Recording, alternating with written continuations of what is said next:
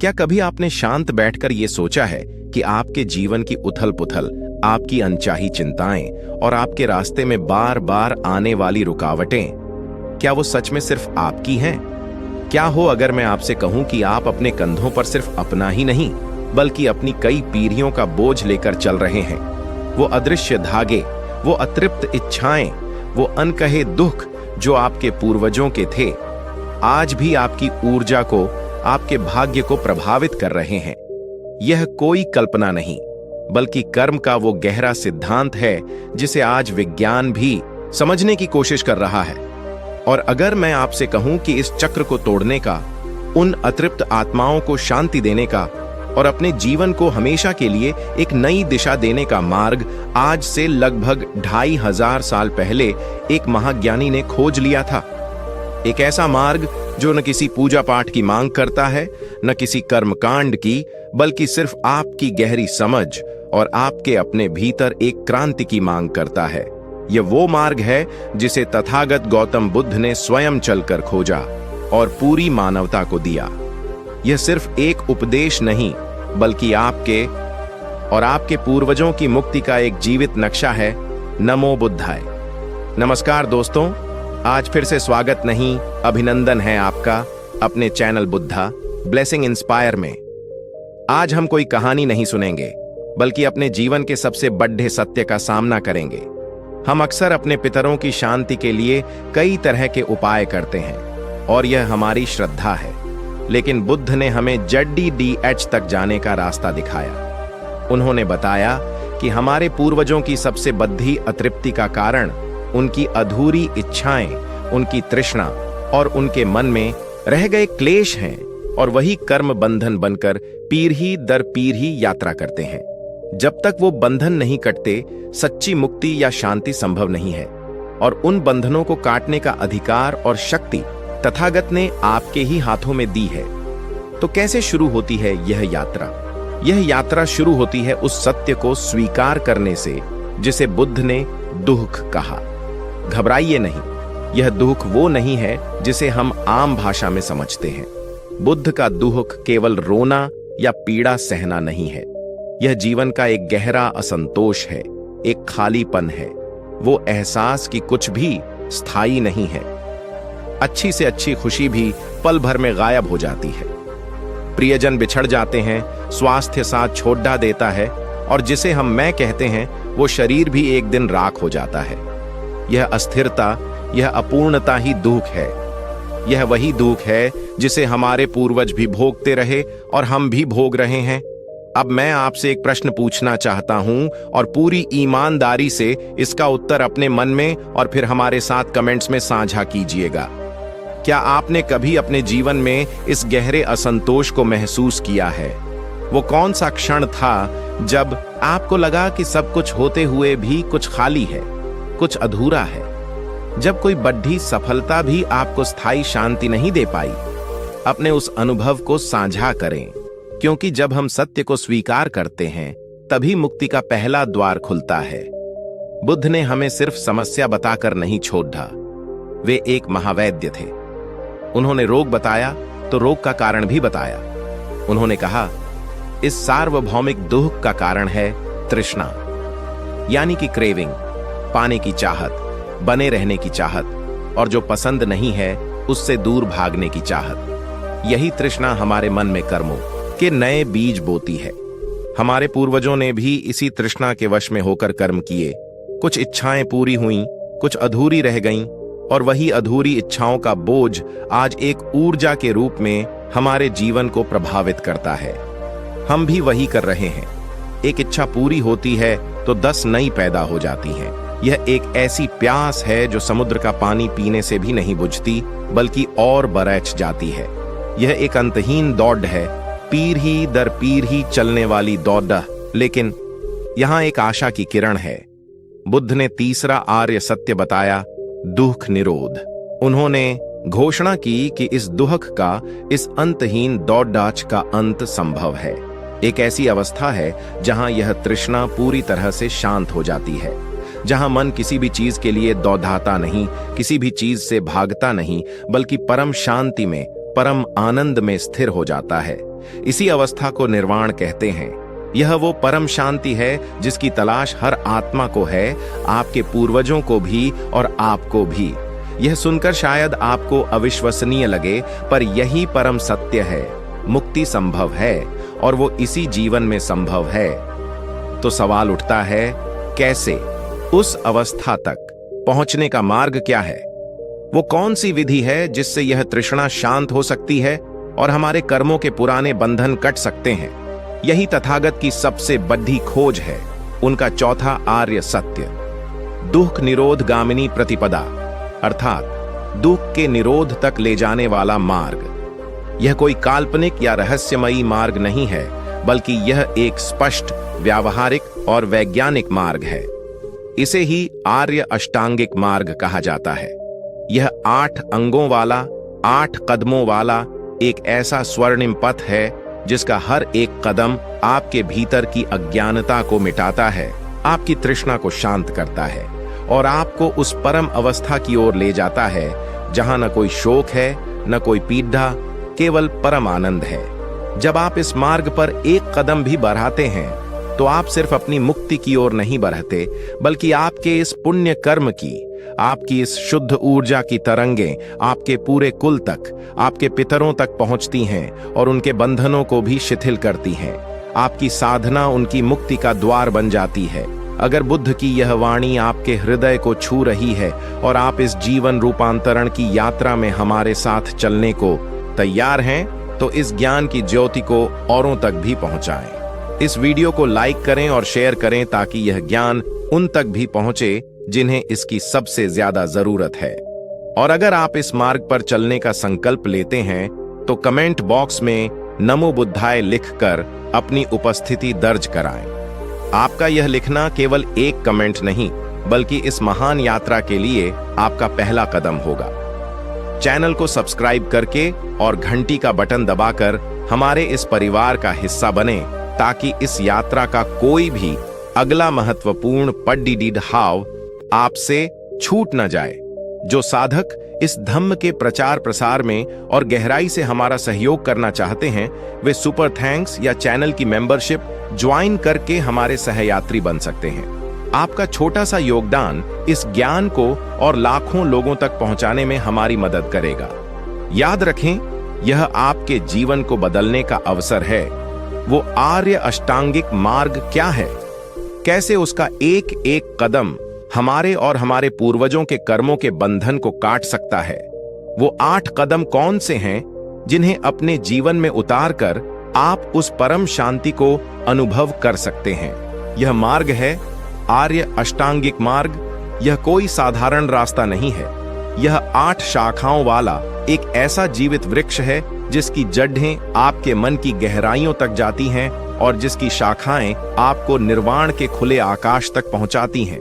यह कोई नियमों की सूची नहीं है जिसे आपको आंख बंद करके मान लेना है, बल्कि यह एक वैज्ञानिक प्रक्रिया है, एक आंतरिक प्रयोग है जिसे आपको स्वयं अपने जीवन में अनुभव करना है।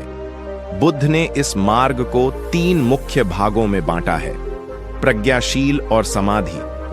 सोचिए, अगर आपको किसी अनजान और घने जंगल से निकलकर एक सुंदर और सुरक्षित स्थान पर पहुंचना हो, तो आपको सबसे पहले क्या चाहिए? सबसे पहले आपको एक नक्शा चाहिए और यह समझने की क्षमता चाहिए कि उस नक्शे को पढ़ना कैसे है। आपको यह पता होना चाहिए कि सही रास्ता कौन सा है और गलत कौन सा।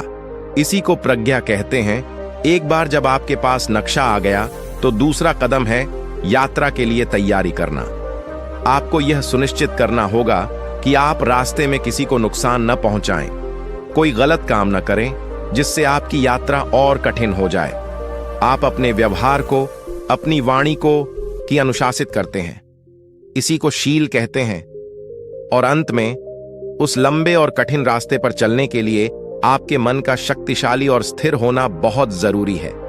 एक थका हुआ, बिखरा हुआ और विचलित मन आपको कभी मंजिल तक नहीं पहुंचा सकता। मन को एकाग्र और शक्तिशाली बनाने की प्रक्रिया को ही समाधि कहते हैं। आज हम इस यात्रा के पहले और सबसे महत्वपूर्ण पड्डे ढाव, प्रज्ञा यानी सही समझ को गहराई से जानेंगे, क्योंकि अगर शुरुआत ही सही न हो, अगर नक्शा ही गलत हो तो सारी मेहनत, सारी यात्रा व्यर्थ हो जाती है। अप्रज्ञा के दो अंग हैं, सम्यक दृष्टि राइट व्यू और सम्यक संकल्प राइट इंटेंशन। पहला कदम है सम्यक दृष्टि। सम्यक का अर्थ है सही, यथार्थ, जैसा है वैसा ही, और दृष्टि का अर्थ है देखना, जानना, समझना। तो सम्यक दृष्टि का मतलब हुआ जीवन को, दुनिया को और स्वयं को बिना किसी भ्रम के, बिना किसी कल्पना के, जैसा वो वास्तव में है वैसा देखना। यह दुनिया का सबसे मुश्किल काम है, क्योंकि बचपन से लेकर आज तक हमें हर चीज को एक खास चश्मे से देखना सिखाया गया है। समाज का चश्मा, धर्म का चश्मा, परिवार की मान्यताओं का चश्मा। हम चीजों को वैसे नहीं देखते जैसी वे हैं, हम चीजों को वैसे देखते हैं जैसे हम खुद हैं। बुद्ध कहते हैं, जब तक यह दृष्टि सही नहीं होगी, आपके सारे प्रयास, सारे कर्मकांड, सारी पूजा पाठ एक भटकाव ही रहेंगे। तो क्या है यह सम्यक दृष्टि? यह 4 आर्य सत्यों को अपने जीवन के हर पल में देखना है। यह समझना है कि कर्म क्या है और कर्म का फल क्या है। यह गहराई से अनुभव करना है कि दुनिया की हर चीज, आपका यह शरीर भी, आपका मन भी, आपके विचार भी, सब कुछ अनित्य है, यानी बदलने वाला है, अस्थाई है। यहां कुछ भी स्थायी नहीं है, और जो कुछ भी अनित्य है वह अंततः दुख का कारण बनता है। और क्योंकि सब कुछ बदल रहा है और यहां कोई स्थायी तत्व नहीं है, इसलिए यहां मैं या मेरा कहने जैसा कुछ भी ठोस नहीं है। यह अनात्म का सिद्धांत है। इसे एक उदाहरण से समझते हैं। मान लीजिए आप एक बहुत महंगी और सुंदर कार खरीदते हैं। आप उससे बहुत लगाव कर लेते हैं। आप उसे मेरी कार कहते हैं। यह आपकी सामान्य दृष्टि है, लेकिन सम्यक दृष्टि से देखने वाला व्यक्ति देखेगा कि यह कार अनित्य है। एक दिन यह पुरानी होगी, इसमें खरोंच लगेगी, यह खराब होगी और अंत में कबाड़ बन जाएगी, क्योंकि वह इससे अनासक्त है। इसलिए जब इसमें खरोंच लगती है तो उसे दुख तो होता है, पर वो उस दुख से बंधता नहीं है, विचलित नहीं होता। वह जानता है कि यह वस्तु का स्वभाव है। यही सम्यक दृष्टि है।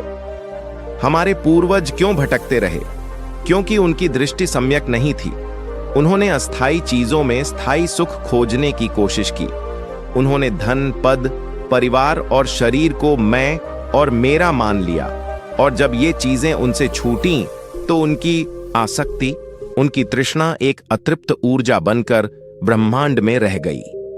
जब आप सम्यक दृष्टि का विकास करते हैं, जब आप हर चीज को उसकी असलियत में देखना शुरू करते हैं, तो आप न केवल अपने लिए बल्कि उनके लिए भी उस भ्रम के जाल को काटना शुरू कर देते हैं।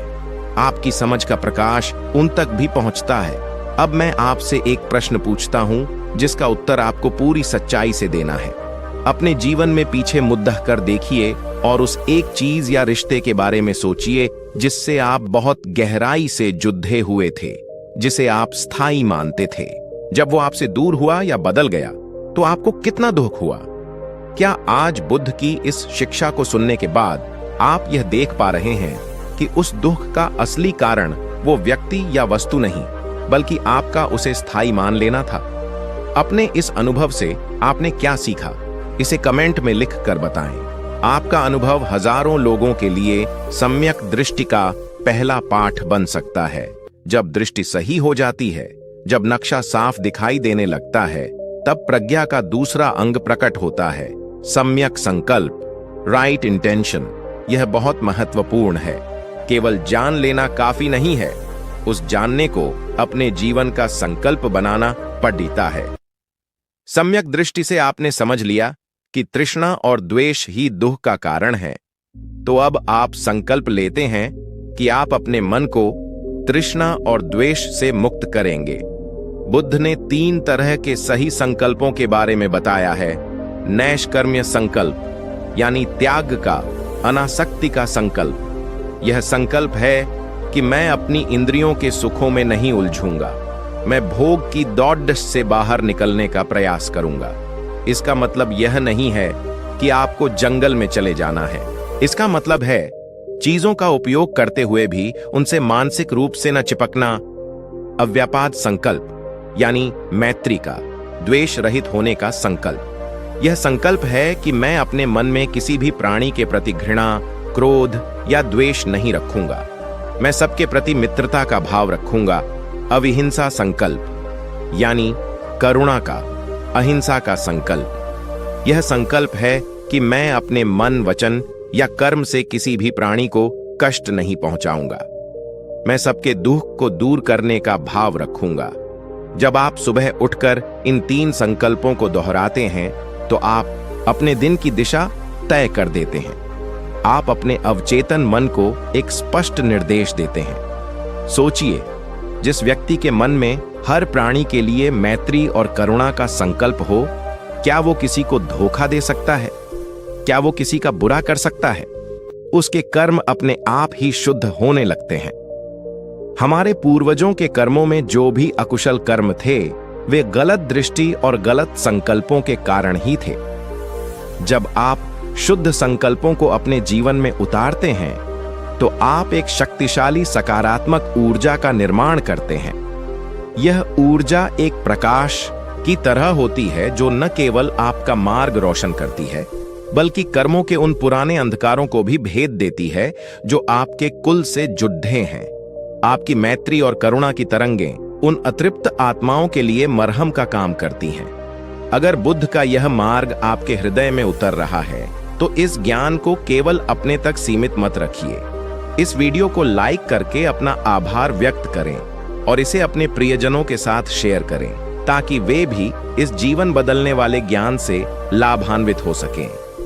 यदि आप इस मार्ग पर चलने का दृढ़ संकल्प लेते हैं, तो पूरी श्रद्धा के साथ कमेंट बॉक्स में नमो बुद्धाय लिखें। आपका यह संकल्प ब्रह्मांड में एक सकारात्मक ऊर्जा भेजेगा। चैनल को सब्सक्राइब करना न भूलें, ताकि इस यात्रा का अगला महत्वपूर्ण पड़ाव शील आपसे छूट न जाए। और जो लोग इस धम्म यज्ञ में अपनी आहुति देकर इस ज्ञान को फैलाने में हमारा सहयोग करना चाहते हैं, वे सुपर थैंक्स या चैनल की मेंबरशिप के माध्यम से अपना योगदान दे सकते हैं। आपका यह सहयोग हमें और भी गहराई से काम करने की प्रेरणा देगा। तो आज हमने प्रज्ञा के 2 अंगों को समझा, सही दृष्टि और सही संकल्प। हमने सही नक्शा देख लिया है और उस पर चलने का इरादा भी पक्का कर लिया है, लेकिन केवल नक्शा और इरादा होने से यात्रा पूरी नहीं होती। अब हमें अपने आचरण को, अपनी वाणी को, अपने कर्मों को अनुशासित करना होगा, ताकि हमारी यात्रा में कोई बाधा ना आए। यही शील का मार्ग है। क्या है यह शील? कैसे हमारी वाणी, हमारे कर्म और हमारी आजीविका हमारे और हमारे पूर्वजों की मुक्ति का साधन बन सकते हैं? वो कौन से 3 कदम हैं जिन्हें अपनाकर हम अपने जीवन को एक नैतिक और शक्तिशाली आधार दे सकते हैं? लेकिन केवल नक्शा और इरादा मंजिल तक पहुंचने के लिए काफी नहीं है। अब हमें उस वाहन को तैयार करना होगा जिसमें बैठकर हम यह यात्रा करेंगे। और वह वाहन कोई और नहीं, बल्कि हमारा अपना जीवन है। हमारे कर्म, हमारी वाणी और हमारा आचरण। यदि वाहन ही खराब हो, यदि उसके पहिए दूसरों को कुचलते हुए चलें, यदि उसमें से विषैला धुआं निकलता रहे, तो क्या यात्रा सफल हो सकती है? कभी नहीं। इसी वाहन को शुद्ध, शक्तिशाली और यात्रा के योग्य बनाने की प्रक्रिया को तथागत ने शील कहा है। शील का अर्थ केवल कुछ नियमों का पालन करना नहीं है। यह कोई बाहरी दबाव नहीं, बल्कि एक आंतरिक समझ है। यह इस गहरी सच्चाई को जानना है कि जब हम किसी दूसरे को पीड़ा पहुंचाते हैं, तो सबसे गहरी चोट हम स्वयं को मारते हैं। जब हम झूठ बोलते हैं, तो हम दूसरों को नहीं, बल्कि अपने ही मन को भ्रम और भय के जाल में फंसा लेते हैं। शील मन को पश्चाताप, अपराध बोध और भय की उन नुकीली चट्टानों से बचाने वाला कवच है, जिनसे टकराकर समाधि और शांति के जहाज टूट जाते हैं। जब आपका आचरण शुद्ध होता है, तो आपका मन स्वाभाविक रूप से शांत और निर्भय हो जाता है। और एक शांत और निर्भय मन ही ध्यान की गहराइयों में उतर सकता है। शील समाधि के लिए भूमि तैयार करता है। आर्य अष्टांगिक मार्ग में शील के 3 अंग हैं, 3 स्तंभ हैं, जिन पर एक साधक का जीवन टिका होता है। ये हैं सम्यक वचन, सम्यक कर्मांत और सम्यक आजीविका। आइए सबसे पहले बात करते हैं सम्यक वचन की, यानी सही वाणी की। हमारी वाणी में सृजन और विनाश दोनों की अद्भुत शक्ति है। एक मधुर शब्द मुरझाए हुए हृदय को खिला सकता है और एक कटु शब्द किसी के जीवन भर का घाव बन सकता है। बुद्ध ने हमें अपनी वाणी पर 4 स्तरों पर संयम रखने को कहा। पहला है झूठ बोलने से विरत रहना। हमें लगता है कि छोटा मोटा झूठ बोलने से क्या फर्क पड़ता है, लेकिन हर झूठ आपके मन में एक गांठ बना देता है। उस एक झूठ को बचाने के लिए आपको 100 और झूठ बोलने पड़ते हैं और आपका मन STT एक तनाव में जीता है कि कहीं सच्चाई सामने ना आ जाए। यह तनाव आपकी सारी मानसिक ऊर्जा को सोख लेता है। सोचिए, हमारे पूर्वजों के कितने ही कर्म बंधन केवल वाणी के असत्य पर टिके होंगे। कितने ही पारिवारिक विवाद, कितनी ही जायदाद की लड़ाइयां एक झूठ से शुरू हुई होंगी। जब आप सत्य बोलने का संकल्प लेते हैं तो आप अपने मन को शीशे की तरह पारदर्शी बना लेते हैं। आप उस बोझ से मुक्त हो जाते हैं जो पीढ़ियों से चला आ रहा है। सत्य में एक दिव्यता है, एक निर्भयता है। दूसरा है चुगली या निंदा करने से विरत रहना। जब हम एक व्यक्ति की बुराई दूसरे से करते हैं तो हम समाज में जहर घोलते हैं, हम रिश्तों को तोड़ते हैं, लेकिन इसका सबसे गहरा असर हमारे अपने मन पर पड़ता है। निंदा करने वाला मन कभी शांत नहीं हो सकता, क्योंकि वह हमेशा दूसरों की कमियों को देखने में व्यस्त रहता है। वह अपनी ऊर्जा दूसरों को गिराने में खर्च कर देता है और खुद कभी ऊपर नहीं उठ पाता। जब आप इस आदत को छोड़ देते हैं तो आप अपने मन को दूसरों के प्रति मैत्री और सद्भाव से भरना शुरू करते हैं। आपकी ऊर्जा सकारात्मक हो जाती है और यही सकारात्मक ऊर्जा आपके पितरों तक पहुंचकर उनकी अशांति को शांत करती है। तीसरा है कठोर वचन बोलने से विरत रहना। अपमान, गाली गलौज या दिल दुखाने वाली बातें, ये शब्द बाण की तरह होते हैं जो दूसरे के हृदय को बेध देते हैं। लेकिन उस बाण को चलाने वाला धनुर्धर खुद क्रोध और घृणा की आग में जल रहा होता है। क्रोध आपके भीतर की सारी शांति और विवेक को जलाकर राख कर देता है। जब आप कठोर वचन त्याग कर विनम्र और मधुर वाणी बोलने का अभ्यास करते हैं तो आप न केवल दूसरों के दिलों में प्रेम जगाते हैं, बल्कि अपने भीतर भी शांति और शीतलता का अनुभव करते हैं। और चौथा, जो सबसे सूक्ष्म है, वह है व्यर्थ की बकवास से विरत रहना। बिना मतलब की बातें, गपशप, निरर्थक चर्चाएं, ये आपके समय और आपकी मानसिक ऊर्जा की सबसे बड़ी चोर है। एक योगी का मन शांत और केंद्रित होता है, क्योंकि वह अपनी ऊर्जा को व्यर्थ की बातों में नहीं गंवाता। वह तभी बोलता है जब आवश्यक हो, और जो भी बोलता है वह सत्य, प्रिय और हितकारी होता है। अब मैं आपसे एक सवाल पूछना चाहता हूं, और इसका जवाब सिर्फ कमेंट बॉक्स के लिए नहीं, बल्कि आपकी अपनी अंतरात्मा के लिए है। क्या आपके जीवन में कोई ऐसा क्षण आया है जब आपके या किसी और के द्वारा बोले गए शब्दों ने एक बने बनाए रिश्ते को हमेशा के लिए तोड़ दिया हो? उस घटना ने आपको वाणी की शक्ति के बारे में क्या सिखाया? अपने उस गहरे अनुभव को हमारे साथ साझा करें, ताकि हम सब एक दूसरे से सीख सकें। शील का दूसरा स्तंभ है सम्यक कर्मांत, यानी सही कर्म। जब हमारी वाणी शुद्ध हो जाती है तो हमारे कर्मों का शुद्ध होना स्वाभाविक रूप से शुरू हो जाता है। बुद्ध ने यहाँ मुख्य रूप से 3 कर्मों से विरत रहने को कहा। पहला है प्राणी हिंसा से विरत रहना, यानी किसी भी जीव की हत्या न करना, उसे कष्ट न पहुंचाना। यह केवल मनुष्य तक सीमित नहीं है, बल्कि हर छोटे से छोटे प्राणी तक फैला हुआ है। जब आप हर जीव में अपने जैसी ही चेतना को देखते हैं, जो जीना चाहती है और दुख से बचना चाहती है, तो आपके भीतर करुणा का जन्म होता है। यह करुणा ही आपके हृदय को विशाल बनाती है। आपके द्वारा पैदा की गई यह अहिंसा की तरंगें उन सभी पूर्वजों की आत्मा को शांति देती हैं जिनके हाथों से जाने अनजाने में कभी कोई हिंसा हुई हो। आपकी करुणा उनके कर्मों का प्रायश्चित बन जाती है। दूसरा है चोरी करने से विरत रहना, यानी वो कुछ भी ना लेना जो आपको स्वेच्छा से न दिया गया हो। यह केवल भौतिक वस्तुओं की चोरी नहीं है। किसी के विचार चुराना, किसी के काम का श्रेय खुद ले लेना, काम के समय में समय की चोरी करना, ये सब इसी में आता है। चोरी का मूल कारण है लोभ और असंतोष। जब आप चोरी से विरत रहते हैं तो आप अपने मन को संतोष और ईमानदारी का प्रशिक्षण देते हैं। आप ब्रह्मांड को यह संदेश देते हैं कि आपको अपनी मेहनत और योग्यता पर विश्वास है। और तीसरा है व्यभिचार से विरत रहना।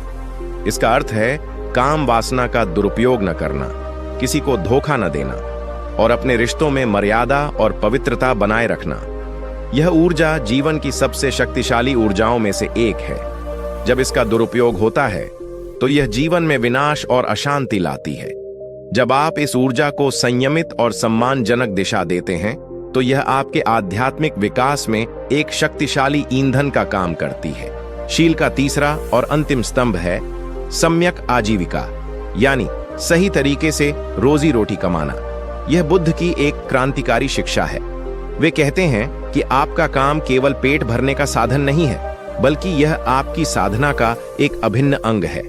यदि आप ऐसा कोई भी काम करते हैं जिससे प्रत्यक्ष या अप्रत्यक्ष रूप से किसी भी प्राणी को हानि पहुंचती हो, तो आप कभी भी मानसिक शांति प्राप्त नहीं कर सकते। जैसे हथियारों का व्यापार, विष का व्यापार, नशीले पदार्थों का व्यापार, मांस का व्यापार, या ऐसा कोई भी काम जिसमें झूठ, धोखा या शोषण शामिल हो, वह मिथ्या आजीविका है। आप भले ही उससे लाखों कमा लें, लेकिन वो पैसा आपके जीवन में शांति नहीं बल्कि अशांति ही लाएगा। जब आप एक ऐसी आजीविका चुनते हैं जो ईमानदार हो, जिसमें किसी का अहित न हो और जो समाज के लिए भी उपयोगी हो, तो आपका काम आपकी पूजा बन जाता है। आपको अपने काम से अपराध बोध नहीं बल्कि आत्मसम्मान मिलता है। यह आत्मसम्मान आपके मन को मजबूत और प्रसन्न रखता है। एक पल रुकिए और स्वयं से पूछिए, आप जो काम करते हैं क्या वह समाज में सकारात्मकता लाता है या नकारात्मकता?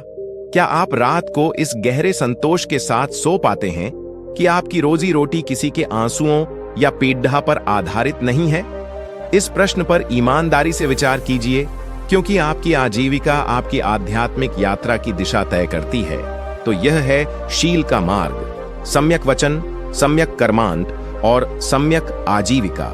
यह नियमों का बोझ नहीं बल्कि स्वतंत्रता का घोषणा पत्र है। यह भय, अपराध बोध और पश्चाताप की जंजीरों से मुक्ति का मार्ग है। जब आप शील में प्रतिष्ठित हो जाते हैं तो आपका जीवन एक शांत और निर्मल झील की तरह हो जाता है, जिसमें अब समाधि का चंद्रमा स्पष्ट रूप से प्रतिबिंबित हो सकता है। आपका शील से भरा जीवन आपके पूर्वजों के लिए सबसे बड़ी श्रद्धांजलि, सबसे बड़ा तर्पण बन जाता है। आपके पुण्य कर्मों की सुगंध उन लोगों तक पहुंचती है जहां वे हैं और उन्हें शांति और शीतलता प्रदान करती है। यदि बुद्ध की यह शिक्षा आपके जीवन को एक नई दिशा दे रही है, तो इस ज्ञान के प्रवाह को रुकने न दें। इस वीडियो को लाइक करें और अधिक से अधिक लोगों के साथ शेयर करें। यदि आप शील के इस मार्ग पर चलने का संकल्प लेते हैं, तो कमेंट्स में पूरी श्रद्धा से नमो बुद्धाय लिखकर इस संकल्प पर अपनी मुहर लगाएं। हमारे इस धम्म परिवार से जुड़ने के लिए चैनल को सब्सक्राइब करें और घंटी का बटन अवश्य दबाएं, ताकि इस यात्रा का अंतिम और सबसे शक्तिशाली पड़ाव समाधि आपसे छूट न जाए। जो साधक इस ज्ञान को फैलाने के हमारे मिशन में और अधिक सहयोग करना चाहते हैं, वे सुपर थैंक्स या चैनल की मेंबरशिप के माध्यम से अपना योगदान दे सकते हैं। हमने नक्शा समझ लिया, प्रज्ञा। हमने वाहन को शुद्ध और तैयार कर लिया, शील। अब समय है उस वाहन में बैठकर मन को साधने की, उसे एकाग्र और शक्तिशाली बनाने की और चेतना के उन शिखरों पर पहुंचने का जहां परम सत्य का साक्षात्कार होता है। क्या है समाधि? कैसे अपने बिखरे हुए मन को एकाग्र किया जाता है? वो कौन सी विधियां हैं जिनसे आप ध्यान की गहराइयों में उतरकर अपने भीतर के बुद्ध को जगा सकते हैं? अब तक की हमारी यात्रा में हमने प्रज्ञा के प्रकाश से सही मार्ग को देखा और शील के कवच से अपने जीवन को सुरक्षित और शुद्ध बनाया। हमने वह नींव तैयार कर ली है जिस पर मुक्ति का महल खड़ा हो सकता है। लेकिन नींव चाहे कितनी भी मजबूत क्यों ना हो, जब तक उस पर इमारत खड़ी न की जाए, वह अधूरी है। यह इमारत है समाधि, मन का अनुशासन, चेतना का शिखर। यह आर्य अष्टांगिक मार्ग का हृदय है। यहीं पर आकर बुद्ध की सारी शिक्षा जीवंत हो उठती है। प्रज्ञा और शील हमें यहां तक लाने के साधन थे। असली काम तो अब शुरू होता है, अपने ही मन के साथ। क्या है यह मन? यह एक अद्भुत शक्ति है। यह आपको स्वर्ग के शिखर पर भी बिठा सकता है और नर्क की गहराइयों में भी धकेल सकता है। जब यह अनियंत्रित होता है तो यह एक पागल हाथी की तरह होता है जो अपने ही मालिक को कुचल देता है। यह विचारों, भावनाओं, स्मृतियों और कल्पनाओं के घने जंगल में बिना किसी दिशा के भटकता रहता है। हमारा मन एक सेकंड के लिए भी शांत नहीं बैठता। या तो वह अतीत के पश्चाताप में डूबा रहता है या भविष्य की चिंताओं में उलझा रहता है। वह वर्तमान के क्षण में कभी होता ही नहीं। और जो वर्तमान में नहीं है बने बिन पैर नींद, क्योंकि जीवन केवल अभी और यही है। हमारे पूर्वजों की अतृप्ति का मूल कारण भी यही अनियंत्रित मन था। वे अपने मन के गुलाम बनकर जी। उनकी इच्छाएं, उनका क्रोध, उनका मोह सब इसी अनियंत्रित मन की उपज थे। और मरने के बाद भी मन की वही आदतें, वही तरंगें एक सूक्ष्म ऊर्जा के रूप में ब्रह्मांड में यात्रा करती रहीं। समाधि इसी पागल हाथी को साधने की कला है। इसी बिखरे हुए मन को एक बिंदु पर केंद्रित करने का विज्ञान है। समाधि के 3 अंग हैं, 3 चरण हैं जो हमें चेतना की साधारण अवस्था से उठाकर परम अवस्था तक ले जाते हैं। ये हैं सम्यक व्यायाम, सम्यक स्मृति और सम्यक समाधि। आइए सबसे पहले चरण को समझते हैं। सम्यक व्यायाम, राइट एफर्ट। यहां व्यायाम का अर्थ शारीरिक कसरत नहीं बल्कि मानसिक पुरुषार्थ है। सही दिशा में किया गया प्रयास। यह हमारे मन के बगीचे को संभालने जैसा है। एक कुशल माली की तरह हमें अपने मन में क्या उगाना है और क्या उखाड़ फेंकना है, इसके लिए लगातार प्रयास करना होता है। बुद्ध ने 4 प्रकार के सही प्रयासों के बारे में बताया।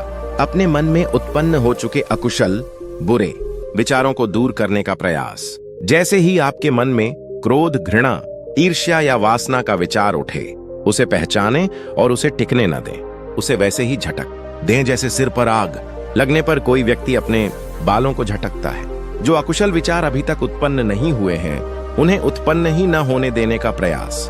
यह जागरूकता का स्तर है। आप पहले से ही सचेत रहते हैं कि किन परिस्थितियों में, किन लोगों के साथ रहने पर आपके मन में नकारात्मकता आती है और आप उन स्थितियों से बचने का प्रयास करते हैं। जो कुशल, अच्छे विचार अभी तक उत्पन्न नहीं हुए हैं, उन्हें उत्पन्न करने का प्रयास। आप जानबूझकर अपने मन में मैत्री, करुणा, प्रेम और संतोष के विचार लाते हैं। आप प्रेरणादायक पुस्तकें पढ़ते हैं, अच्छे लोगों की संगति करते हैं ताकि आपका मन सकारात्मकता से भर जाए। जो कुशल विचार उत्पन्न हो चुके हैं, उन्हें बनाए रखने और विकसित करने का प्रयास। जब आपके मन में शांति या प्रेम का भाव जागे, तो उस भाव में टिकने का अभ्यास करें। उसे और गहरा होने दें। यह एक सतत साधना है। यह एक दिन का काम नहीं है। हर रोज, हर पल हमें अपने मन का पहरेदार बनना पड्डी देता है।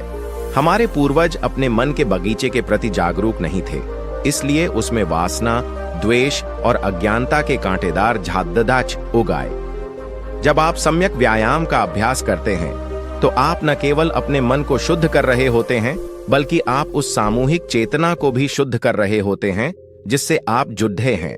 आपका यह पुरुषार्थ उन पुरानी नकारात्मक ऊर्जाओं को काटने लगता है। एक बहुत ही व्यावहारिक प्रश्न मैं आपसे पूछता हूं। दिन भर में ऐसा कौन सा समय या कौन सी स्थिति होती है जब आपका मन सबसे ज्यादा नकारात्मक या विचलित होता है? क्या वह सुबह ऑफिस जाते समय ट्रैफिक में होता है या रात को अकेले में?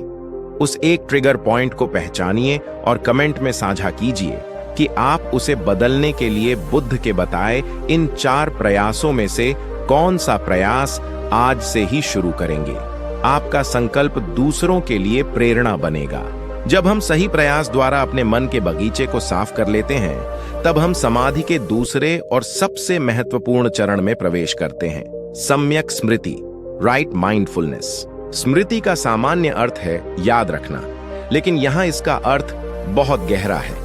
यहां इसका अर्थ है जागरूकता, होश, सजगता। अपने शरीर के प्रति, अपनी संवेदनाओं के प्रति, अपने विचारों और भावनाओं के प्रति और मन की हर हरकत के प्रति पल पल जागरूक रहना। बिना किसी निर्णय के, बिना किसी विश्लेषण के, बस एक साक्षी की तरह देखना कि भीतर क्या हो रहा है। यह बुद्ध की साधना का सार है, जिसे विपश्यना भी कहते हैं। बुद्ध कहते हैं, अपनी आती जाती सांस के प्रति सजग हो जाओ। जब सांस भीतर आ रही है तो जानो कि वह भीतर आ रही है। जब वह बाहर जा रही है तो जानो कि वह बाहर जा रही है। यह इतना सरल अभ्यास है, लेकिन यह आपके जीवन में क्रांति ला सकता है, क्योंकि सांस ही एकमात्र ऐसी क्रिया है जो हमेशा वर्तमान में होती है। जैसे ही आप अपनी सांस पर ध्यान लाते हैं, आपका मन अतीत और भविष्य की यात्रा छोड़ डाचकर वर्तमान में लौट आता है। जब आप चलते हैं तो आपको पता होना चाहिए कि आप चल रहे हैं। जब आप खाते हैं तो आपको भोजन के स्वाद, उसकी गंध के प्रति पूरी तरह सजग होना चाहिए। जब आप क्रोधित होते हैं तो आपको बस यह देखना है कि हाँ, इस क्षण मेरे भीतर क्रोध की एक लहर उठी है। आप क्रोध बनते नहीं हैं, आप क्रोध को देखने वाले बन जाते हैं। और जिस क्षण आप किसी भावना के साक्षी बन जाते हैं, आप उसके गुलाम नहीं रहते, आप उसके मालिक बन जाते हैं। वह भावना अपनी शक्ति खो देती है। यही वह जागरूकता है जो कर्मों के बीजों को भून देती है। हमारे पूर्वजों ने बिना जागरूकता के प्रतिक्रिया में कर्म किए। किसी ने अपमान किया तो क्रोध में प्रतिक्रिया की, किसी ने प्रशंसा की तो अहंकार में प्रतिक्रिया की। हर प्रतिक्रिया ने एक नया कर्म बंधन बनाया। जब आप सम्यक स्मृति का अभ्यास करते हैं तो आप घटना और अपनी प्रतिक्रिया के बीच एक खाली स्थान बना लेते हैं। उस खाली स्थान में विवेक का जन्म होता है। आप प्रतिक्रिया नहीं करते, आप चुनाव करते हैं कि आपको कैसे प्रतिसाद देना है। यहीं से आप अपने भाग्य के निर्माता बन जाते हैं। आपकी यह जागरूकता, आपकी यह साक्षी भाव की ऊर्जा एक शक्तिशाली प्रकाश की तरह काम करती है, जो आपके अवचेतन में पड्डिढे पीढ़ियों, पुराने संस्कारों और कर्म बंधनों को जलाकर भस्म कर देती है। यही सच्ची मुक्ति है। और जब मन सही प्रयास, सम्यक व्यायाम से शुद्ध हो जाता है और सही जागरूकता सम्यक स्मृति से वर्तमान में स्थिर हो जाता है, तब समाधि का तीसरा और अंतिम अंग अपने आप घटित होता है। सम्यक समाधि, राइट कॉन्सेंट्रेशन। यह मन की वह अवस्था है जब वह बिना किसी भटकाव के सहज रूप से एक ही विषय पर टिका रहता है। सारी ऊर्जा एक दिशा में बहने लगती है। जैसे सूर्य की बिखरी हुई किरणें एक लेंस से गुजरकर कागज को जला सकती हैं, वैसे ही समाधि में एकाग्र हुआ मन अज्ञानता के पर्दे को जलाकर परम सत्य का साक्षात्कार कर लेता है। यह ध्यान की वह गहरी अवस्था है जिसे ध्यान संस्कृत में या ध्यान पाली में कहते हैं। इस अवस्था में मन के सारे विचार शांत हो जाते हैं। द्वेष, वासना, आलस्य, बेचैनी और संदेह, ये 5 बाधाएं पूरी तरह से विलीन हो जाती हैं। साधक एक अद्भुत आनंद, शांति और परम सुख का अनुभव करता है, जो किसी भी सांसारिक सुख से करोड़ों गुना श्रेष्ठ है। यह वह अवस्था है जहां व्यक्ति मैं और मेरा के भाव से ऊपर उठ जाता है। वह अनुभव करता है कि सब कुछ एक ही चेतना का हिस्सा है। इसी अवस्था में उसे अनित्य, दुख और अनात्म का केवल बौद्धिक ज्ञान नहीं, बल्कि सीधा अनुभव होता है। और इसी अनुभव से, इसी साक्षात्कार से तृष्णा की जड्डें हमेशा के लिए कट जाती हैं। यही निर्वाण है, यही परम शांति है। जब आप इस अवस्था को छूते हैं तो आप न केवल स्वयं मुक्त होते हैं, बल्कि आपकी मुक्ति की तरंगें आपके पूरे कुल को, आपके सभी पितरों को तृप्त कर देती हैं। उन्हें वह शांति मिलती है जिसकी वे युगों से प्रतीक्षा कर रहे थे। आपका जीवन उनके लिए सबसे बड़ा और सबसे सच्चा पिंडदान बन जाता है। अगर इस मार्ग की गहनता और सुंदरता आपके हृदय को स्पर्श कर रही है, तो इस अमृत को अपने मित्रों और परिवारजनों तक भी पहुंचाएं। इस वीडियो को लाइक और शेयर करके इस धम्म चक्र को गतिमान रखने में हमारी सहायता करें। यदि आप इस समाधि के मार्ग पर चलने का संकल्प लेते हैं, तो पूरी एकाग्रता के साथ कमेंट्स में नमो बुद्धाय लिखें और इस क्षण को अपने जीवन का एक महत्वपूर्ण मोद्दाच बनाएं। चैनल को सब्सक्राइब करके घंटी का बटन दबाना न भूलें, क्योंकि हमारी इस यात्रा का अंतिम भाग आपको बताएगा कि कैसे इस पूरे मार्ग को अपने दैनिक जीवन में एकीकृत किया जाए। और यदि आप इस ज्ञान के प्रचार प्रसार के पुण्य कार्य में हमारा आर्थिक सहयोग करना चाहते हैं, तो सुपर थैंक्स और चैनल मेंबरशिप के विकल्प आपके लिए खुले हैं। हमने आर्य अष्टांगिक मार्ग के सभी 8 अंगों को समझ लिया है। प्रज्ञा, शील और समाधि के इन 8 कदमों को जान लिया है। लेकिन केवल जान लेना पर्याप्त नहीं है।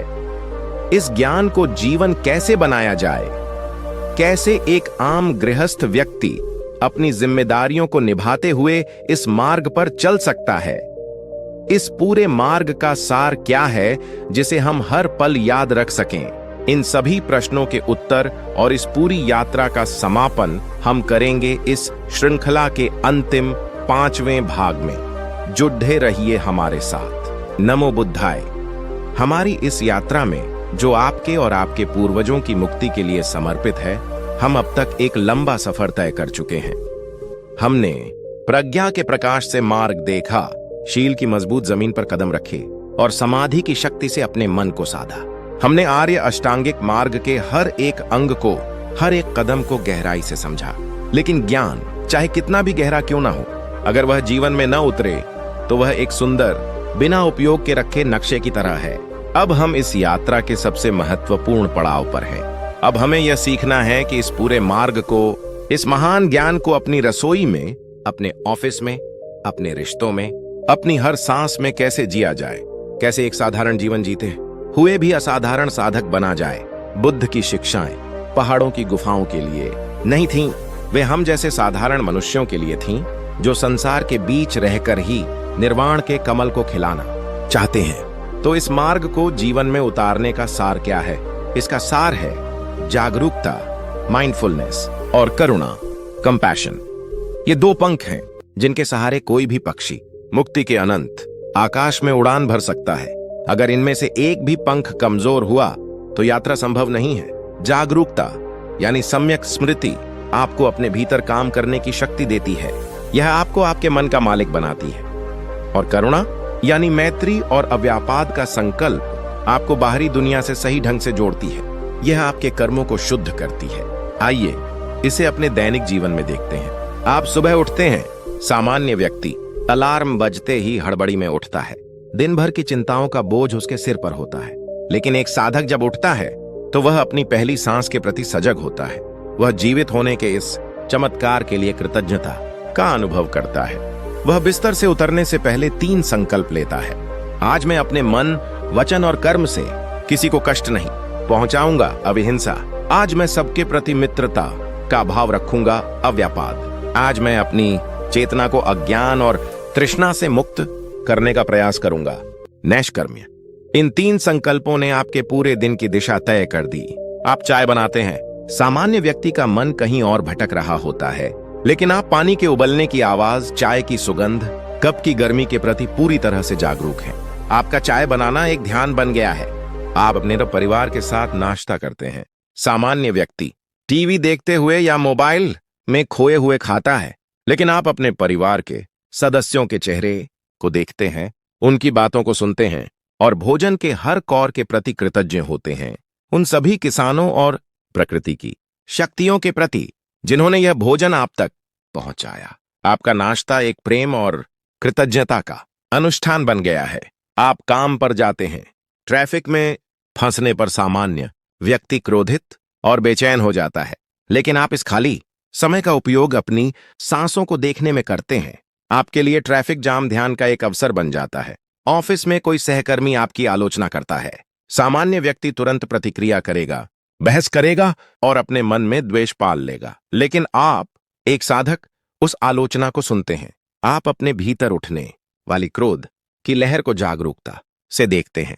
आप क्रोध बनते नहीं, क्रोध को देखते हैं। और क्योंकि आप साक्षी हैं, आप विवेकपूर्ण उत्तर देने का चुनाव करते हैं। आप शांत रहते हैं और शायद उस आलोचना में छिपे किसी सत्य को सीखने का प्रयास करते हैं। आपने एक कर्म बंधन बनाने की बजाय आत्मसुधार का एक अवसर खोज लिया। मैं आपसे पूछना चाहता हूं, और पूरी ईमानदारी से इस पर विचार कीजिएगा, आपके दैनिक जीवन की कौन सी एक गतिविधि है जिसे आप आज से ही पूरी जागरूकता और होश के साथ करने का संकल्प ले सकते हैं? चाहे वह सिर्फ 1 कप चाय पीना हो या 5 मिनट के लिए शांत बैठना हो। अपनी उस एक माइंडफुल एक्टिविटी को कमेंट में लिखें। यह छोटा सा कदम आपके जीवन में एक बड़ी क्रांति की शुरुआत कर सकता है। अब बात करते हैं करुणा की। जागरूकता के बिना करुणा अंधी हो सकती है और करुणा के बिना जागरूकता सूखी और कठोर हो सकती है। जब आप अपने भीतर के दुख को जागरूकता से देखते हैं तो आप यह महसूस करते हैं कि दुनिया का हर प्राणी भी उन्हीं इच्छाओं, भयों और दुखों से गुजर रहा है। यहीं से सच्ची करुणा का जन्म होता है। जब आप किसी भिखारी को देखते हैं तो आप उसे केवल एक भिखारी की तरह नहीं देखते, आप उसमें एक ऐसे मनुष्य को देखते हैं जो दुख में है। आप उसे जो भी दे सकते हैं सम्मान के साथ देते हैं और यह कामना करते हैं कि वह अपने दुखों से मुक्त हो। जब आपका कोई प्रियजन गलती करता है तो आप उस पर क्रोधित होने की बजाय यह समझते हैं कि उसने यह कर्म अपनी अज्ञानता या पीड़ा के कारण किया है। आपके मन में क्रोध की जगह करुणा का भाव उठता है। यह करुणा केवल मनुष्यों तक सीमित नहीं है, यह जानवरों, पौधों और पूरी प्रकृति के प्रति फैल जाती है।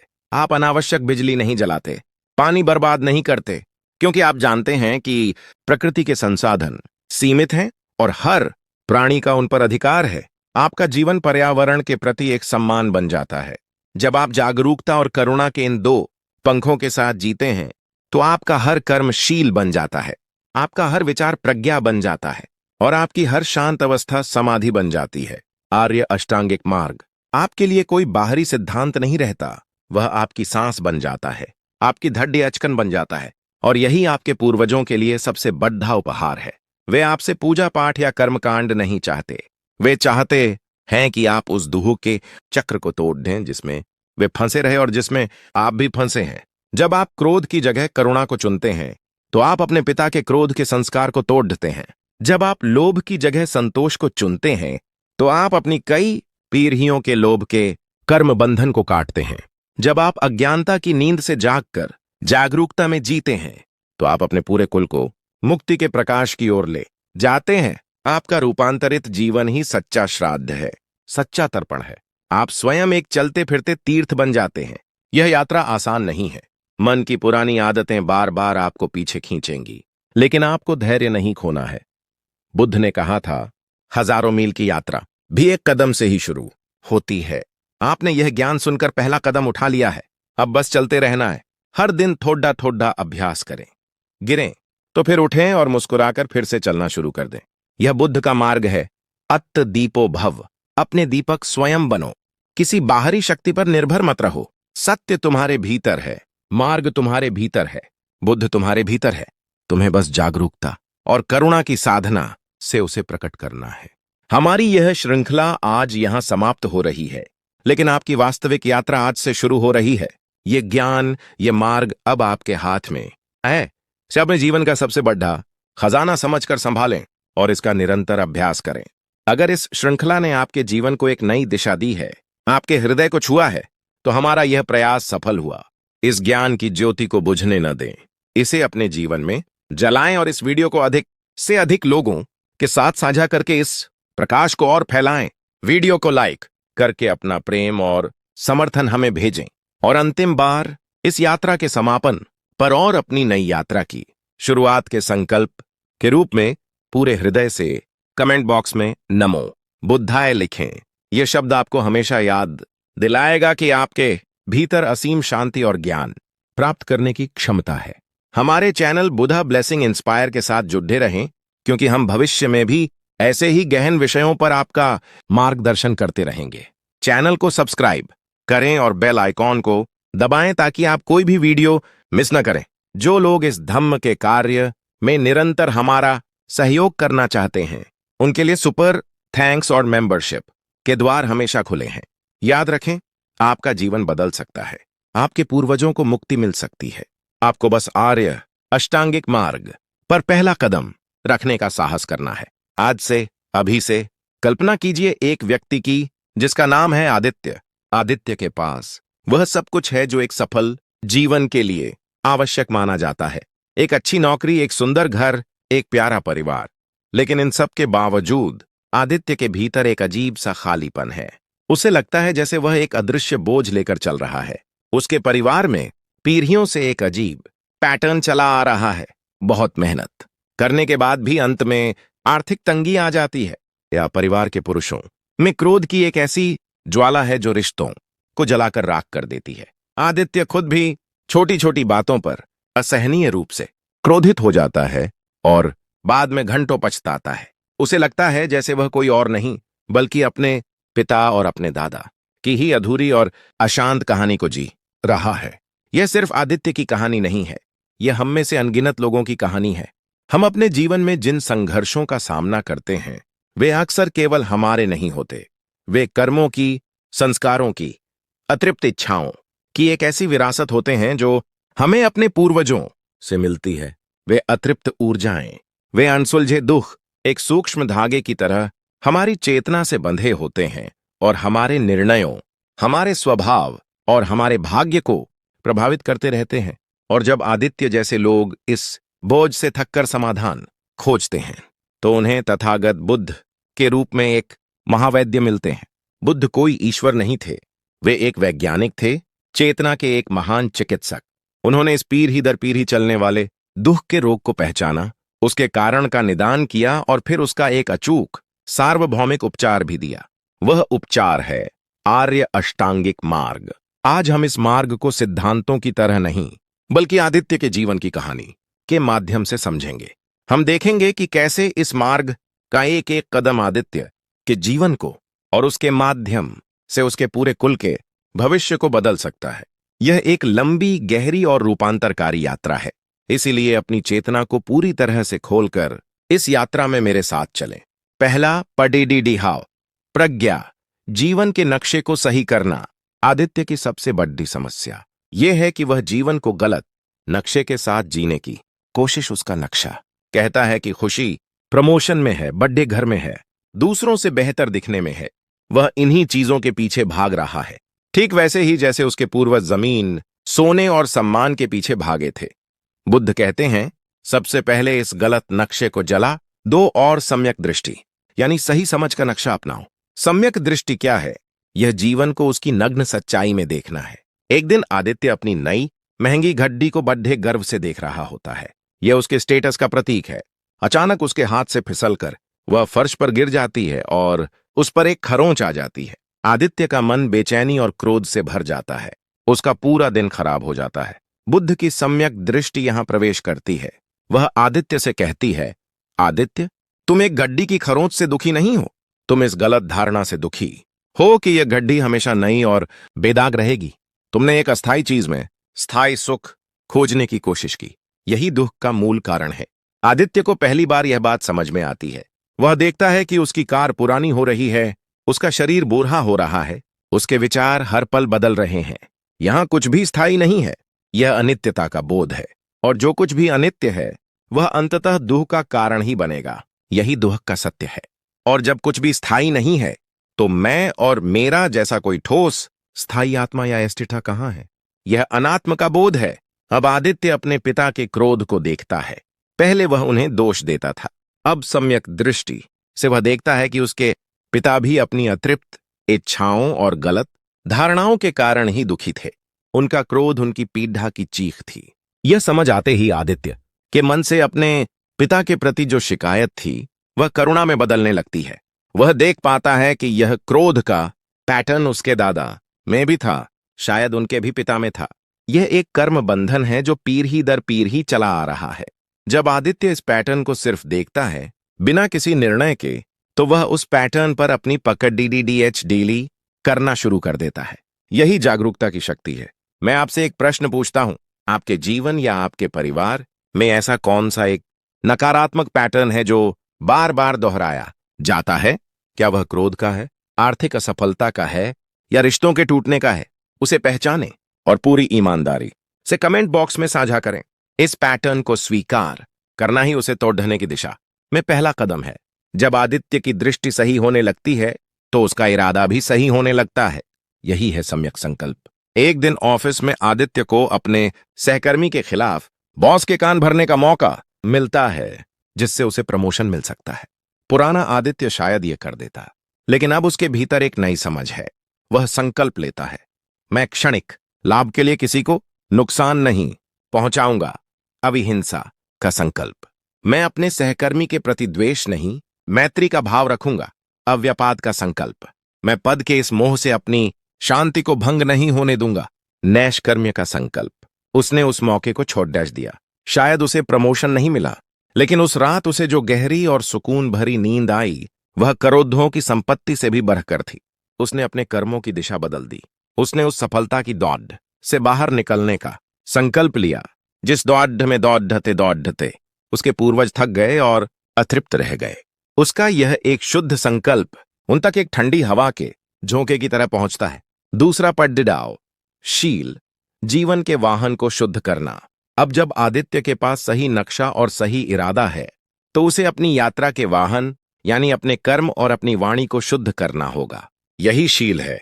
आदित्य की वाणी में पहले बहुत व्यंग्य और कठोरता थी। वह मजाक मजाक में अपनी पत्नी का अपमान कर देता था, अपने बच्चों को डांट देता था। अब वह सम्यक वचन का अभ्यास करता है। एक दिन उसकी पत्नी से कोई कांच का बर्तन टूट जाता है। पुराना आदित्य चिल्ला उठता, तुम हमेशा चीजें तोड़ती हो। लेकिन अब वह रुकता है, अपनी सांस पर ध्यान देता है और अपने भीतर उठ रहे क्रोध को देखता है। फिर वह विनम्रता से कहता है, कोई बात नहीं, कांच ही तो था, तुम्हें कहीं चोट तो नहीं लगी? उसकी पत्नी हैरान होकर उसे देखती है। उस एक क्षण में, उस एक वाक्य ने उनके रिश्ते में बरसों की कद्दवाहट को धोना शुरू कर दिया। उसने झूठ बोलना, चुगली करना और व्यर्थ की बातों में समय गंवाना बंद कर दिया। उसकी वाणी में एक शांति और सच्चाई आने लगी, जिससे लोग उसकी ओर आकर्षित होने लगे। फिर आता है सम्यक कर्मांत यानी सही कर्म। आदित्य को पार्टियों में शराब पीना और मांसाहार करना पसंद था। अब वह बुद्ध की शिक्षा को समझता है कि हर प्राणी जीना चाहता है। वह धीरे धीरे मांसाहार से दूर होने लगता है। एक दिन वह एक चींटी को डूबने से बचाता है। यह बहुत छोटी सी घटना थी, लेकिन उस चींटी को बचाकर उसके मन में जो करुणा का भाव जागा, वह अद्भुत था। उसने ऑफिस से स्टेशनरी चुराना या काम के घंटों में निजी काम करना बंद कर दिया। उसके कर्मों में एक ईमानदारी आ गई, जिससे उसका आत्मसम्मान बढ़ने लगा। और सबसे बड़ी चुनौती थी सम्यक आजीविका। आदित्य एक ऐसी कंपनी में काम करता था जो आकर्षक विज्ञापन दिखाकर लोगों को ऐसी चीजें बेचती थी जिनकी उन्हें जरूरत नहीं थी। उसे अपनी सैलरी तो अच्छी लगती थी, लेकिन भीतर ही भीतर उसे पता था कि उसका काम लोगों के लोभ को बढ़ाने पर आधारित है। यह एक बहुत बड़ा संघर्ष था। कई महीनों की खोज के बाद उसने कम सैलरी पर एक ऐसी संस्था में काम करना शुरू किया जो जैविक खेती को बढ़ावा देती थी। उसके दोस्तों ने उसे मूर्ख कहा, लेकिन आदित्य को अपने काम में एक ऐसा संतोष मिलने लगा जो उसे पहले कभी नहीं मिला था। अब उसका काम केवल पैसा कमाना नहीं, बल्कि धरती और समाज की सेवा बन गया था। सोचिए, जब आदित्य के कर्म और वाणी इतने शुद्ध हो गए, तो क्या उसके द्वारा उत्पन्न ऊर्जा तरंगे सकारात्मक नहीं होंगी? यह सकारात्मक ऊर्जा, यह पुण्य का प्रकाश एक आध्यात्मिक भोजन की तरह उसके पितरों की अशांत आत्माओं तक पहुंचता है और उन्हें तृप्ति प्रदान करता है। तीसरा, पढ़ाव समाधि, मन रूपी हाथी को साधना। अब आदित्य की नींव तैयार है। उसका जीवन शुद्ध और नैतिक है, लेकिन असली लड़ाई तो मन के भीतर है। अब उसे समाधि का अभ्यास करना है, अपने मन को साधना है। आदित्य सम्यक व्यायाम यानी सही प्रयास से शुरुआत करता है। वह अपने मन के बगीचे का माली बन जाता है। जब भी उसके मन में अपने बॉस के प्रति क्रोध का विचार उठता है, अकुशल विचार, वह उसे पहचानता है और उस पर ध्यान न देकर अपनी सांस पर ध्यान ले आता है। वह उस विचार को उखाड़ फेंकता है। वह उन सहकर्मियों की संगति से बचने लगता है जो हमेशा निंदा करते हैं, ताकि उसके मन में निंदा के नए बीज न पड़ें। अकुशल विचारों को आने से रोकना। वह जानबूझकर हर रात सोने से पहले दिन की उन 5 चीजों के लिए कृतज्ञता व्यक्त करता है जो अच्छी हुई। कुशल विचारों को उत्पन्न करना, और जब उसके मन में भाव उठता है तो वह उस भाव में कुछ देर रुकता है, उसे महसूस करता है। कुशल विचारों को विकसित करना, इस निरंतर प्रयास से उसका मन निर्मल होने लगता है। अब वह सबसे शक्तिशाली अभ्यास सम्यक स्मृति यानी जागरूकता की साधना शुरू करता है। वह रोज सुबह 10 मिनट के लिए शांत बैठकर अपनी आती जाती सांस को देखना शुरू करता है। शुरू में उसका मन 1000 जगह भागता है, लेकिन वह धैर्यपूर्वक उसे वापस अपनी सांस पर ले आता है। धीरे धीरे वह इस जागरूकता को अपने पूरे दिन में फैलाता है। वह चलते हुए अपने पैरों के दबाव को महसूस करता है। वह खाना खाते हुए भोजन के हर स्वाद को महसूस करता है।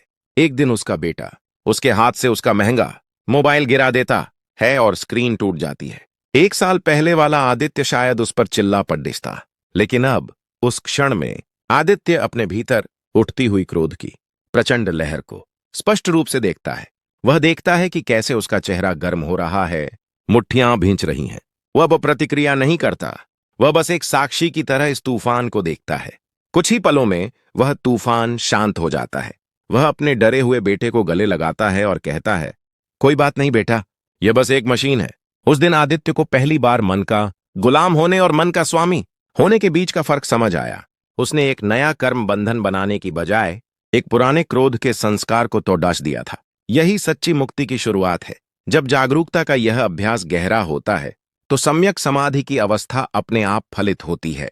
ध्यान में आदित्य का मन गहरा और शांत होने लगता है। विचारों का शोर थम जाता है। एक दिन ध्यान की एक गहरी अवस्था में उसे एक अद्भुत शांति और आनंद का अनुभव होता है जो उसने जीवन में कभी महसूस नहीं किया था। उस शांति में उसे स्पष्ट रूप से यह बोध होता है कि आदित्य नाम का कोई स्थायी व्यक्तित्व है ही नहीं। ये बस शरीर, सेंसेशंस, विचार और भावनाओं का एक बहता हुआ प्रवाह है। मैं और मेरा का भ्रम उस दिन उसके लिए टूट जाता है। उस अनुभव के बाद आदित्य वही व्यक्ति रहता है, लेकिन अब वह दुनिया को बिल्कुल अलग नजर से देखता है। उसका क्रोध लगभग समाप्त हो गया है। उसकी चिंताएं बहुत कम हो गई हैं। उसके चेहरे पर एक स्थायी शांति और होठों पर एक हल्की सी मुस्कान रहने लगी है। उसका परिवार उसके इस बदलाव को महसूस करता है। उसका शांत स्वभाव घर के माहौल को बदल देता है। उसके बच्चे अब उससे डरते नहीं, प्रेम करते हैं। आदित्य ने कोई पूजा पाठ नहीं किया, कोई कर्मकांड नहीं किया। उसने बस अपने मन, वचन और कर्म को बुद्ध के बताए मार्ग पर साधा। उसका यह रूपांतरित, शुद्ध और शांत जीवन ही उसके पूर्वजों के लिए सबसे बड़ी प्रार्थना, सबसे बड़ा पिंडदान बन गया। उसकी शांति की तरंगों ने उनकी अशांति को शांत कर दिया। उसकी मुक्ति की यात्रा ने उनके लिए भी मुक्ति के द्वार खोल दिए। ये आदित्य की कहानी बुद्ध के मार्ग का जीवंत उदाहरण है। यह मार्ग आपसे कुछ भी छोड़ डहने को नहीं कहता। यह बस हर काम को जागरूकता, करुणा और विवेक के साथ करने को कहता है। यदि इस कहानी ने, इस मार्ग ने आपके हृदय को छुआ है तो इसे केवल एक कहानी की तरह सुनकर भूल न जाएं। इसे अपने जीवन का सत्य बनाएं। इस ज्ञान को अपने जीवन में उतारने का संकल्प लें। इस वीडियो को लाइक करके और अपने सभी प्रियजनों के साथ शेयर करके इस ज्ञान के दिए से और भी दिए जलाएं। और यदि आप इस महान यात्रा पर चलने का दृढ़ निश्चय करते हैं तो कमेंट बॉक्स में पूरी श्रद्धा और संकल्प के साथ नमो बुद्धाय लिखें। यह आपका स्वयं के प्रति और अपने पूर्वजों के प्रति एक वादा होगा। हमारे चैनल बुद्धा ब्लेसिंग इंस्पायर को सब्सक्राइब करें और हमारे इस धम्म परिवार का हिस्सा बने ताकि यह मार्गदर्शन आपको निरंतर मिलता रहे।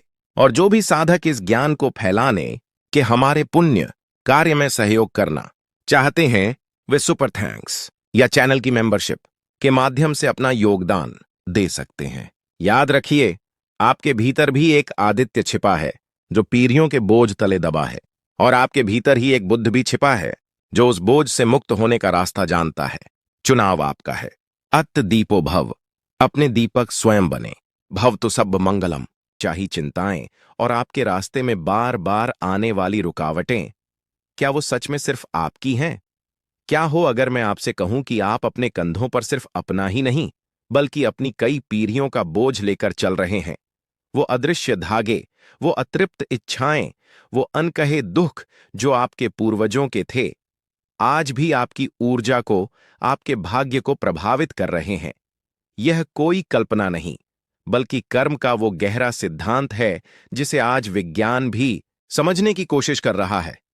और अगर मैं आपसे कहूं कि इस चक्र को तोड़ने का, उन अतृप्त आत्माओं को शांति देने का और अपने जीवन को हमेशा के लिए एक नई दिशा देने का मार्ग आज से लगभग 2500 साल पहले एक महाज्ञानी ने खोज लिया था।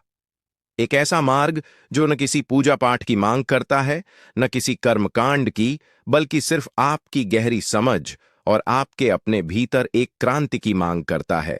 यह वो मार्ग है जिसे तथागत गौतम बुद्ध ने स्वयं चलकर खोजा और पूरी मानवता को दिया। यह सिर्फ एक उपदेश नहीं बल्कि आपके और आपके पूर्वजों की मुक्ति का एक जीवित नक्शा है। नमो बुद्धाय। नमस्कार दोस्तों, आज फिर से स्वागत नहीं, अभिनंदन है आपका अपने चैनल बुद्धा ब्लेसिंग इंस्पायर में। आज हम कोई कहानी नहीं सुनेंगे बल्कि अपने जीवन के सबसे बड़े सत्य का सामना करेंगे। हम अक्सर अपने पितरों की शांति के लिए कई तरह के उपाय करते हैं और यह हमारी श्रद्धा है, लेकिन बुद्ध ने हमें ZDDH तक जाने का रास्ता दिखाया। उन्होंने बताया कि हमारे पूर्वजों की सबसे बद्धी अतृप्ति का कारण उनकी अधूरी इच्छाएं, उनकी तृष्णा और उनके मन में रह गए क्लेश हैं, और वही कर्म बंधन बनकर पीढ़ी दर पीढ़ी यात्रा करते हैं। जब तक वो बंधन नहीं कटते, सच्ची मुक्ति या शांति संभव नहीं है। और उन बंधनों को काटने का अधिकार और शक्ति तथागत ने आपके ही हाथों में दी है। तो कैसे शुरू होती है यह यात्रा? यह यात्रा शुरू होती है उस सत्य को स्वीकार करने से जिसे बुद्ध ने दुख कहा। घबराइए नहीं, यह दुख वो नहीं है जिसे हम आम भाषा में समझते हैं। बुद्ध का दुख केवल रोना या पीड़ा सहना नहीं है। यह जीवन का एक गहरा असंतोष है, एक खालीपन है, वो एहसास कि कुछ भी स्थायी नहीं है। अच्छी से अच्छी खुशी भी पल भर में गायब हो जाती है। प्रियजन बिछड़ जाते हैं, स्वास्थ्य साथ छोड़ा देता है, और जिसे हम मैं कहते हैं वो शरीर भी एक दिन राख हो जाता है। यह अस्थिरता, यह अपूर्णता ही दुख है। यह वही दुख है जिसे हमारे पूर्वज भी भोगते रहे और हम भी भोग रहे हैं। अब मैं आपसे एक प्रश्न पूछना चाहता हूं और पूरी ईमानदारी से इसका उत्तर अपने मन में और फिर हमारे साथ कमेंट्स में साझा कीजिएगा। क्या आपने कभी अपने जीवन में इस गहरे असंतोष को महसूस किया है? वो कौन सा क्षण था जब आपको लगा कि सब कुछ होते हुए भी कुछ खाली है, कुछ अधूरा है? जब कोई बड़ी सफलता भी आपको स्थायी शांति नहीं दे पाई? अपने उस अनुभव को साझा करें, क्योंकि जब हम सत्य को स्वीकार करते हैं तभी मुक्ति का पहला द्वार खुलता है। बुद्ध ने हमें सिर्फ समस्या बताकर नहीं छोड़ा, वे एक महावैद्य थे। उन्होंने रोग बताया तो रोग का कारण भी बताया। उन्होंने कहा, इस सार्वभौमिक दुख का कारण है तृष्णा, यानी कि क्रेविंग, पाने की चाहत, बने रहने की चाहत, और जो पसंद नहीं है उससे दूर भागने की चाहत। यही तृष्णा हमारे मन में कर्मों के नए बीज बोती है। हमारे पूर्वजों ने भी इसी तृष्णा के वश में होकर कर्म किए। कुछ इच्छाएं पूरी हुईं, कुछ अधूरी रह गईं, और वही अधूरी इच्छाओं का बोझ आज एक ऊर्जा के रूप में हमारे जीवन को प्रभावित करता है। हम भी वही कर रहे हैं। एक इच्छा पूरी होती है तो 10 नई पैदा हो जाती हैं। यह एक ऐसी प्यास है जो समुद्र का पानी पीने से भी नहीं बुझती, बल्कि और बरैच जाती है। यह एक अंतहीन दौड़ है, पीर ही दर पीर ही चलने वाली दौड़। लेकिन यहां एक आशा की किरण है। बुद्ध ने तीसरा आर्य सत्य बताया, दुख निरोध। उन्होंने घोषणा की कि इस दुख का, इस अंतहीन दौड़ाच का अंत संभव है। एक ऐसी अवस्था है जहां यह तृष्णा पूरी तरह से शांत हो जाती है, जहां मन किसी भी चीज के लिए दौड़ाता नहीं, किसी भी चीज से भागता नहीं, बल्कि परम शांति में, परम आनंद में स्थिर हो जाता है। इसी अवस्था को निर्वाण कहते हैं। यह वो परम शांति है जिसकी तलाश हर आत्मा को है, आपके पूर्वजों को भी और आपको भी। यह सुनकर शायद आपको अविश्वसनीय लगे, पर यही परम सत्य है। मुक्ति संभव है, और वो इसी जीवन में संभव है। तो सवाल उठता है, कैसे? उस अवस्था तक पहुंचने का मार्ग क्या है? वो कौन सी विधि है जिससे यह तृष्णा शांत हो सकती है और हमारे कर्मों के पुराने बंधन कट सकते हैं? यही तथागत की सबसे बड़ी खोज है, उनका चौथा आर्य सत्य, दुख निरोध गामिनी प्रतिपदा, अर्थात दुख के निरोध तक ले जाने वाला मार्ग। यह कोई काल्पनिक या रहस्यमयी मार्ग नहीं है, बल्कि यह एक स्पष्ट, व्यावहारिक और वैज्ञानिक मार्ग है। इसे ही आर्य अष्टांगिक मार्ग कहा जाता है। यह 8 अंगों वाला, 8 कदमों वाला एक ऐसा स्वर्णिम पथ है जिसका हर एक कदम आपके भीतर की अज्ञानता को मिटाता है, आपकी तृष्णा को शांत करता है और आपको उस परम अवस्था की ओर ले जाता है जहां न कोई शोक है, न कोई पीड़ा, केवल परम आनंद है। जब आप इस मार्ग पर एक कदम भी बढ़ाते हैं तो आप सिर्फ अपनी मुक्ति की ओर नहीं बढ़ते, बल्कि आपके इस पुण्य कर्म की, आपकी इस शुद्ध ऊर्जा की तरंगें आपके पूरे कुल तक, आपके पितरों तक पहुंचती हैं और उनके बंधनों को भी शिथिल करती हैं। आपकी साधना उनकी मुक्ति का द्वार बन जाती है।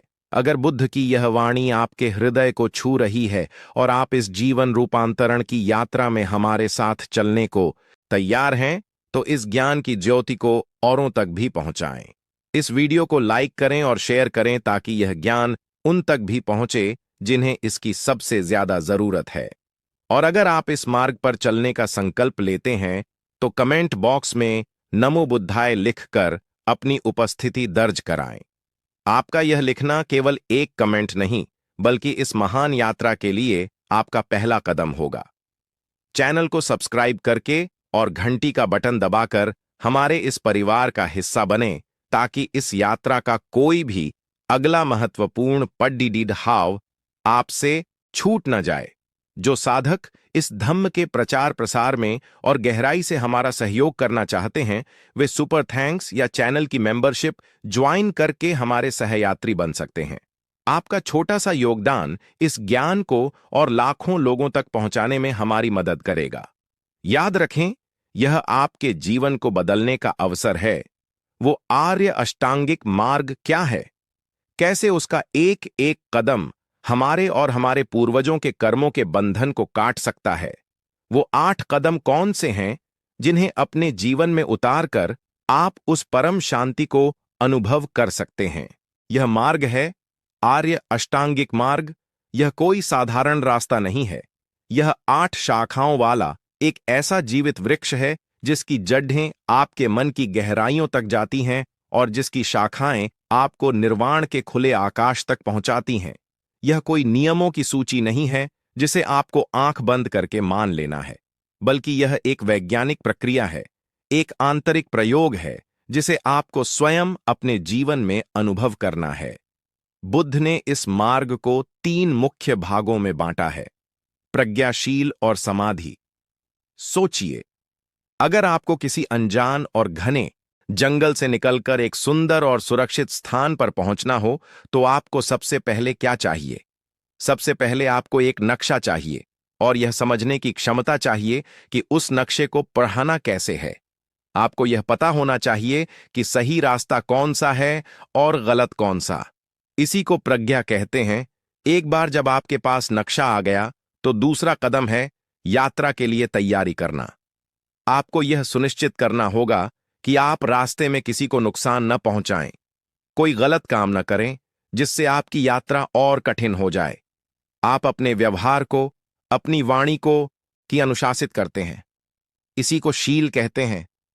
और अंत में, उस लंबे और कठिन रास्ते पर चलने के लिए आपके मन का शक्तिशाली और स्थिर होना बहुत जरूरी है। एक थका हुआ, बिखरा हुआ और विचलित मन आपको कभी मंजिल तक नहीं पहुंचा सकता। मन को एकाग्र और शक्तिशाली बनाने की प्रक्रिया को ही समाधि कहते हैं। आज हम इस यात्रा के पहले और सबसे महत्वपूर्ण पढ़ाव, प्रज्ञा यानी सही समझ को गहराई से जानेंगे, क्योंकि अगर शुरुआत ही सही न हो, अगर नक्शा ही गलत हो, तो सारी मेहनत, सारी यात्रा व्यर्थ हो जाती है। प्रज्ञा के 2 अंग हैं: सम्यक दृष्टि, राइट व्यू, और सम्यक संकल्प, राइट इंटेंशन। पहला कदम है सम्यक दृष्टि। सम्यक का अर्थ है सही, यथार्थ, जैसा है वैसा ही, और दृष्टि का अर्थ है देखना, जानना, समझना। तो सम्यक दृष्टि का मतलब हुआ जीवन को, दुनिया को और स्वयं को बिना किसी भ्रम के, बिना किसी कल्पना के, जैसा वो वास्तव में है वैसा देखना। यह दुनिया का सबसे मुश्किल काम है, क्योंकि बचपन से लेकर आज तक हमें हर चीज को एक खास चश्मे से देखना सिखाया गया है। समाज का चश्मा, धर्म का चश्मा, परिवार की मान्यताओं का चश्मा। हम चीजों को वैसे नहीं देखते जैसी वे हैं, हम चीजों को वैसे देखते हैं जैसे हम खुद हैं।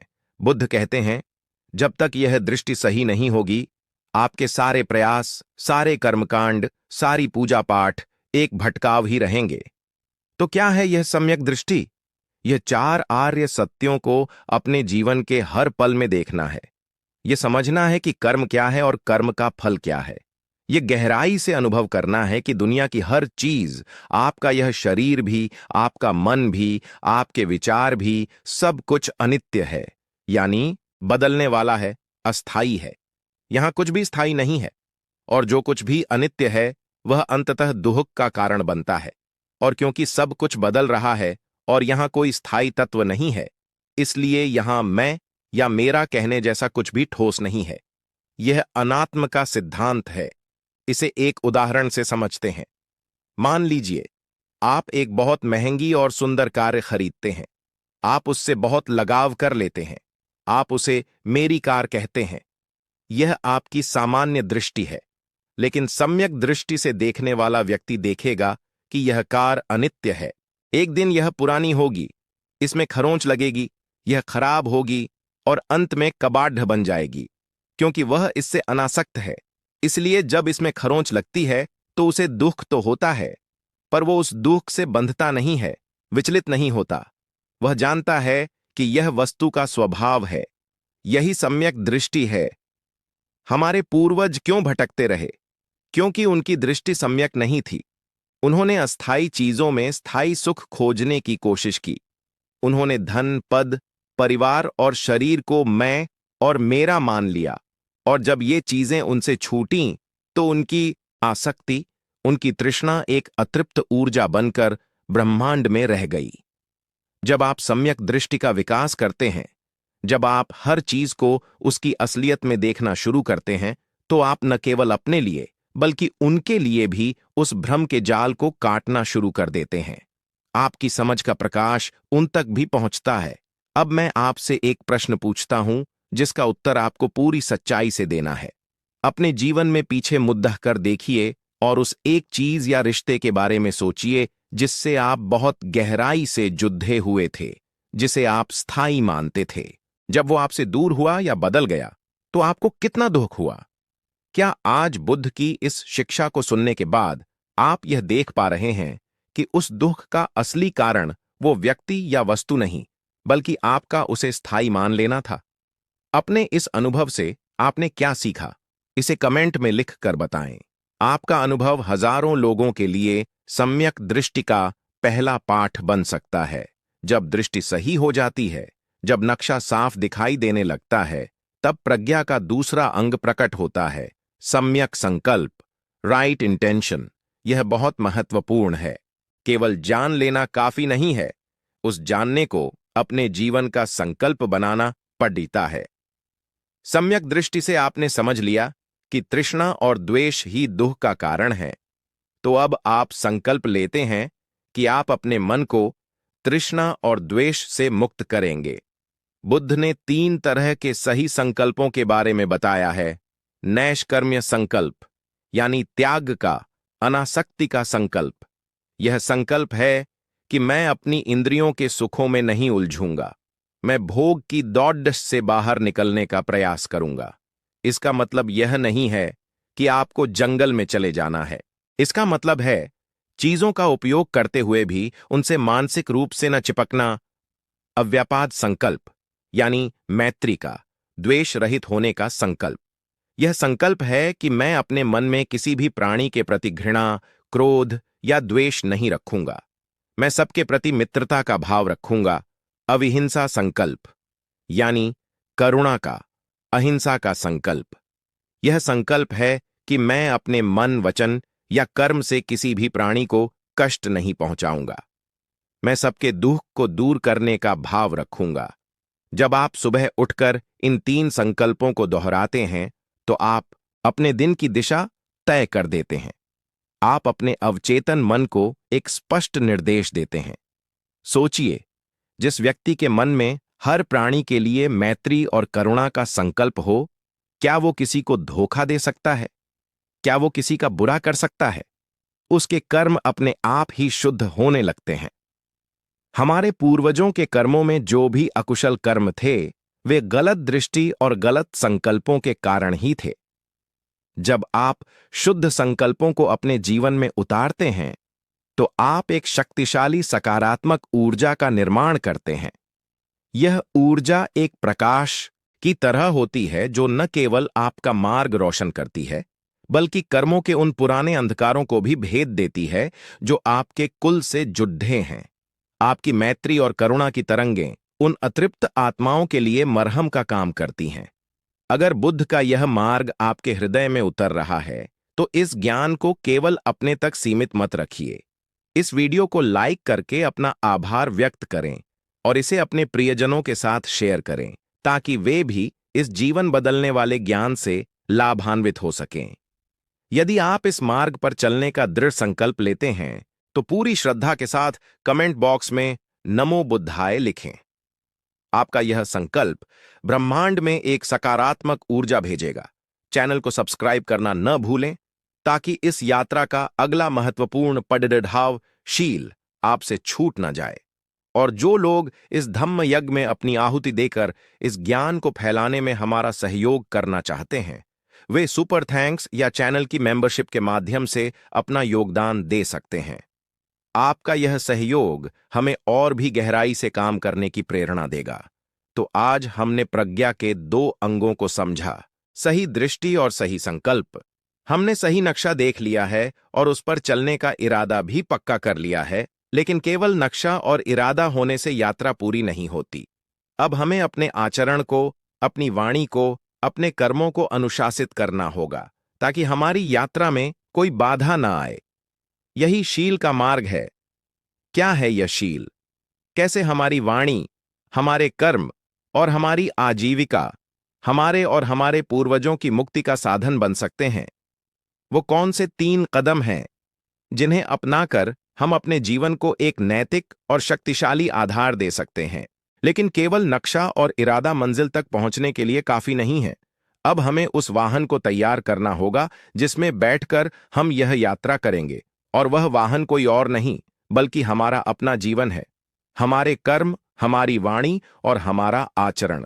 यदि वाहन ही खराब हो, यदि उसके पहिए दूसरों को कुचलते हुए चलें, यदि उसमें से विषैला धुआं निकलता रहे, तो क्या यात्रा सफल हो सकती है? कभी नहीं। इसी वाहन को शुद्ध, शक्तिशाली और यात्रा के योग्य बनाने की प्रक्रिया को तथागत ने शील कहा है। शील का अर्थ केवल कुछ नियमों का पालन करना नहीं है। यह कोई बाहरी दबाव नहीं, बल्कि एक आंतरिक समझ है। यह इस गहरी सच्चाई को जानना है कि जब हम किसी दूसरे को पीड़ा पहुंचाते हैं, तो सबसे गहरी चोट हम स्वयं को मारते हैं। जब हम झूठ बोलते हैं, तो हम दूसरों को नहीं, बल्कि अपने ही मन को भ्रम और भय के जाल में फंसा लेते हैं। शील मन को पश्चाताप, अपराध बोध और भय की उन नुकीली चट्टानों से बचाने वाला कवच है जिनसे टकराकर समाधि और शांति के जहाज टूट जाते हैं। जब आपका आचरण शुद्ध होता है, तो आपका मन स्वाभाविक रूप से शांत और निर्भय हो जाता है, और एक शांत और निर्भय मन ही ध्यान की गहराइयों में उतर सकता है। शील समाधि के लिए भूमि तैयार करता है। आर्य अष्टांगिक मार्ग में शील के 3 अंग हैं, 3 स्तंभ हैं, जिन पर एक साधक का जीवन टिका होता है। ये हैं सम्यक वचन, सम्यक कर्मांत और सम्यक आजीविका। आइए सबसे पहले बात करते हैं सम्यक वचन की, यानी सही वाणी की। हमारी वाणी में सृजन और विनाश दोनों की अद्भुत शक्ति है। एक मधुर शब्द मुरझाए हुए हृदय को खिला सकता है, और एक कटु शब्द किसी के जीवन भर का घाव बन सकता है। बुद्ध ने हमें अपनी वाणी पर 4 स्तरों पर संयम रखने को कहा। पहला है झूठ बोलने से विरत रहना। हमें लगता है कि छोटा मोटा झूठ बोलने से क्या फर्क पड़ता है, लेकिन हर झूठ आपके मन में एक गांठ बना देता है। उस एक झूठ को बचाने के लिए आपको 100 और झूठ बोलने पड़ते हैं, और आपका मन एसटीटी एक तनाव में जीता है कि कहीं सच्चाई सामने न आ जाए। यह तनाव आपकी सारी मानसिक ऊर्जा को सोख लेता है। सोचिए, हमारे पूर्वजों के कितने ही कर्म बंधन केवल वाणी के असत्य पर टिके होंगे। कितने ही पारिवारिक विवाद, कितनी ही जायदाद की लड़ाइयां एक झूठ से शुरू हुई होंगी। जब आप सत्य बोलने का संकल्प लेते हैं, तो आप अपने मन को शीशे की तरह पारदर्शी बना लेते हैं। आप उस बोझ से मुक्त हो जाते हैं जो पीढ़ियों से चला आ रहा है। सत्य में एक दिव्यता है, एक निर्भयता है। दूसरा है चुगली या निंदा करने से विरत रहना। जब हम एक व्यक्ति की बुराई दूसरे से करते हैं, तो हम समाज में जहर घोलते हैं, हम रिश्तों को तोड़ते हैं, लेकिन इसका सबसे गहरा असर हमारे अपने मन पर पड़ता है। निंदा करने वाला मन कभी शांत नहीं हो सकता, क्योंकि वह हमेशा दूसरों की कमियों को देखने में व्यस्त रहता है। वह अपनी ऊर्जा दूसरों को गिराने में खर्च कर देता है और खुद कभी ऊपर नहीं उठ पाता। जब आप इस आदत को छोड़ देते हैं, तो आप अपने मन को दूसरों के प्रति मैत्री और सद्भाव से भरना शुरू करते हैं। आपकी ऊर्जा सकारात्मक हो जाती है, और यही सकारात्मक ऊर्जा आपके पितरों तक पहुंचकर उनकी अशांति को शांत करती है। तीसरा है कठोर वचन बोलने से विरत रहना। अपमान, गाली गलौज या दिल दुखाने वाली बातें, ये शब्द बाण की तरह होते हैं जो दूसरे के हृदय को बेध देते हैं। लेकिन उस बाण को चलाने वाला धनुर्धर खुद क्रोध और घृणा की आग में जल रहा होता है। क्रोध आपके भीतर की सारी शांति और विवेक को जलाकर राख कर देता है।